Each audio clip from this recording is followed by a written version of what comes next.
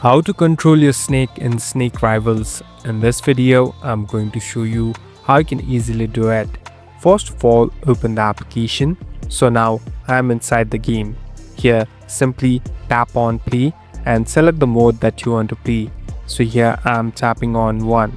So now we inside the game. Now I'm going to show you how you can easily control your snake. So basically, there are two different methods by which you can control. So here there's a control section of joystick or simply touch 1. So you can easily touch or tap on the joystick. In my case, I'm using the touch 1.